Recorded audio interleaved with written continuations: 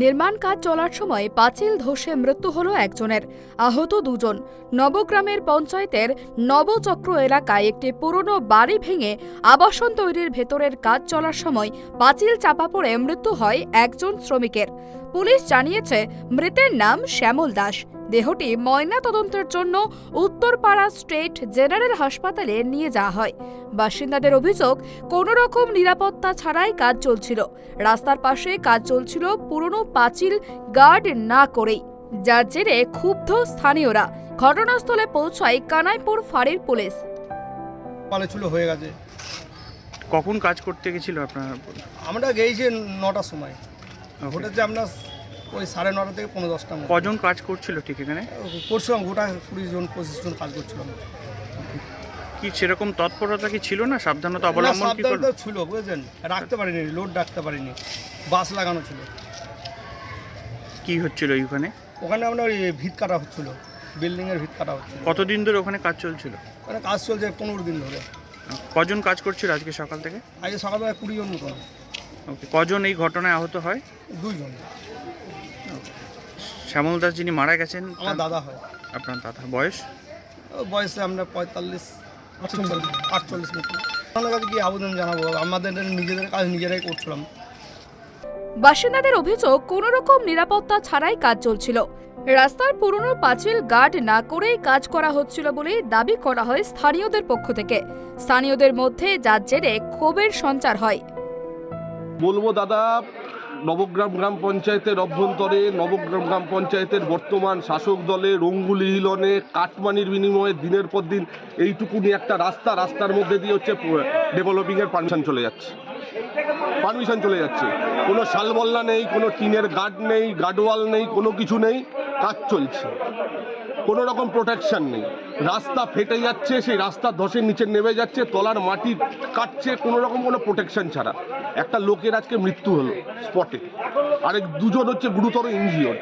তাহলে এরমভাবে যদি চলতে থাকে আগামী দিনে, আর আমরা আগস্ট মাস থেকে আমরা পঞ্চায়েতের বোর্ডে আমরা নির্বাচিত হয়েছি, আমরা 9 জন মেম্বার, প্রত্যেক কটা বোর্ড মিটিংয়ে অবৈধ প্রমোটিং নিয়ে আমরা প্রত্যেকবার কথা তুলেছি প্রতিনিয়ত। কোনো রকম কোনো কেয়ার করা হয়নি। স্থানীয় বিরোধী নেতৃত্বের অভিযোগ, নিয়ম না মেনেই নির্মাণ কার্য চালানো হচ্ছিল। তাদের দাবি, পঞ্চায়েত এলাকায় G+4 আবাসনের অনুমতি দেয়া হয়েছে। বেআইনিভাবে এই অনুমতি দেয়া হয়েছে বলেই দাবি করেন তারা। প্রধানের ওয়ার্ডেই যদি এই কাজ হয়, তাহলে অন্য জায়গায় কি হচ্ছে? প্রশ্ন তুলেছেন স্থানীয় বিরোধী নেতৃত্বরা। হচ্ছে যাদের মৃত্যু হয়েছে তাদের পরিবারের প্রতি সমবেদনা জানাচ্ছি। এরকম একটি ঘটনা বা দুর্ঘটনা, আমি এটাকে ঘটনা বলবো এই কারণে, প্রথম তো হচ্ছে যে পঞ্চায়েত এলাকার মধ্যে ফ্ল্যাট করার কোনো আইন নেই। এইরকম এলাকার মধ্যে পঞ্চায়েতের যে আছে সেটা বেআইনিভাবে হচ্ছে, এটা 1 নম্বর কথা। দ্বিতীয় হচ্ছে, এরকম ফ্ল্যাট তৈরি করতে গেলে যে প্রিকশন নেওয়া হচ্ছে, এই যে প্রাচীরটা ভেঙেছে, এটাকে বলবেন দুর্ঘটনা, আমি তো বলবো পরিকল্পনার অভাব।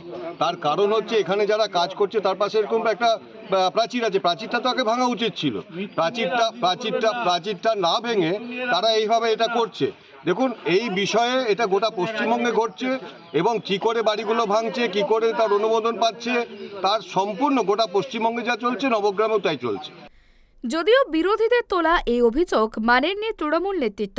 বিষয়টি নিয়ে উত্তরপাড়ার পুরপ্রধান দিলীপ যাদব বলেন, যে কোনো মৃত্যু সত্যিই খুব দুঃখের। এর জন্য তিনি সমবেদনা জানান। যে কোনো মৃত্যু নিশ্চিতভাবে অত্যন্ত দুঃখের। তাই মৃত্যু যারই হোক না কেন, এটা সবাই আমরা এর জন্য সমবেদনা জানাই সেই পরিবারকে। অ্যাক্সিডেন্ট কখনো কোনো নিয়ম মেনে হয় বলে আমার জানা নেই। Accident has no rule. যে কোনো অ্যাক্সিডেন্ট যে কোনো সময় যে কোনো মানুষের ক্ষেত্রেই ঘটতে পারে। এক্ষেত্রে মৃত্যু হয়েছে। আমাদের সহকর্মী সতীর্থরা তারা শুনেছেন, স্থানীয়ভাবে তারা এসে পৌঁছেছেন শুরু থেকেই।